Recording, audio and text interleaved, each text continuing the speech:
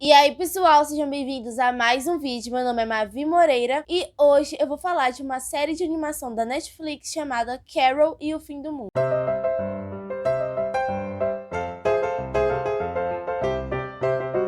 Carol e o Fim do Mundo é uma série de animação criada por Dan Guterman para a Netflix e produzida pela Bardel Entertainment. Na série, nós acompanhamos a personagem Carol, que é uma mulher adulta e solitária que está passando por um período final do planeta Terra, pois um outro corpo celeste, um planeta, ameaça colidir com um planeta, então é certo que o fim do mundo está próximo. Nós acompanhamos também a narrativa de seus pais, que vivem um relacionamento poliamor com o seu cuidador, e a sua irmã Helena, que explora o fim do mundo e o planeta e suas paisagens naturais da maneira mais radical possível, tentando aproveitar a vida. Vivendo até então de uma maneira pacífica e monótona, ela decide explorar o que o planeta e as pessoas que estão vivendo essa mesma situação têm a oferecer, conhecendo, por exemplo, Eric, que é um homem divorciado e um pai, e que eles decidem viver um relacionamento intenso, porém muito curto, devido ao temperamento do Eric e a tentativa dele de encaixar ela na vida dele. Nós também acompanhamos a personagem entrar para dentro de uma empresa chamada A Distração, que vive uma premissa muito bizarra que mistura The Office e ruptura, trazendo uma dinâmica muito diferente até então apresentada, trazendo também muitas questões a serem aprofundadas. A Netflix tem muitos defeitos, isso é óbvio, mas uma coisa que eu concordo é que ela sempre acerta no que diz respeito à animação. Essa série, ela tem uma premissa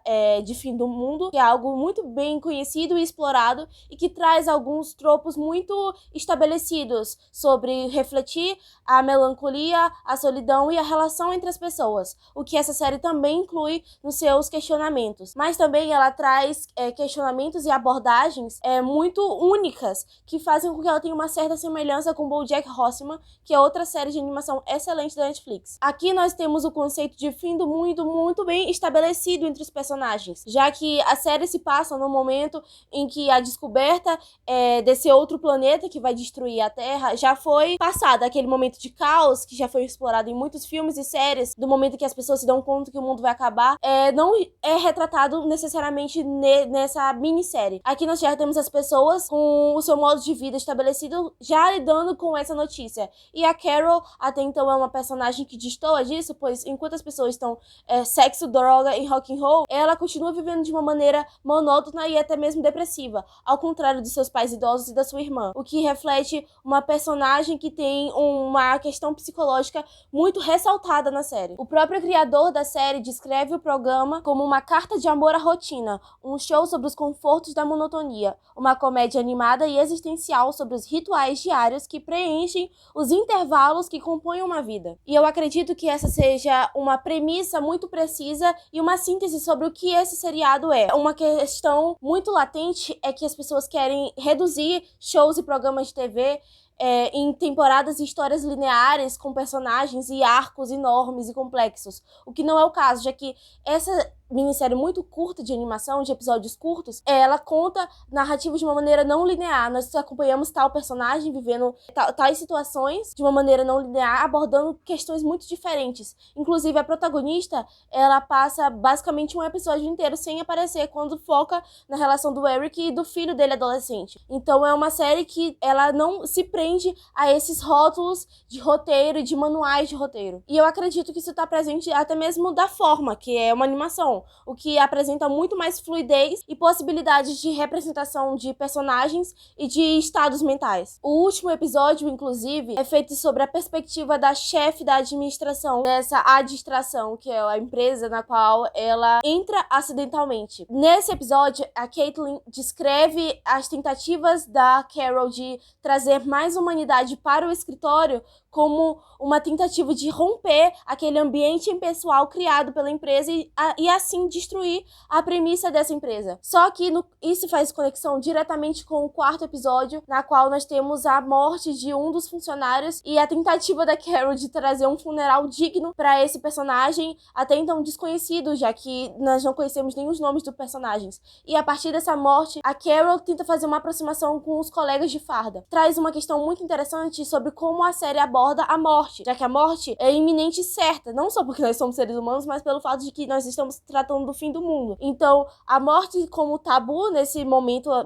alarmante, né, de contagem regressiva, é muito bem explorado, e eu acredito que essa questão de se passar num ambiente tão impessoal, como já foi citado anteriormente, como um escritório, torna isso ainda mais interessante. Pra mim, a série, ela se ganha muito no momento em que ela aborda uma temática tão triste, que aborda uma questão muito frágil para nós, que é a morte, de uma maneira muito sensível, pois ela aborda essa questão de celebrar as pequenas coisas, de viver a vida, o agora, o momento, e não deixar as coisas para depois. Tanto é que uma das personagens, a Donna, que vira uma amiga da Carol devido à empresa, à distração, que servia, como o próprio nome diz, a priori,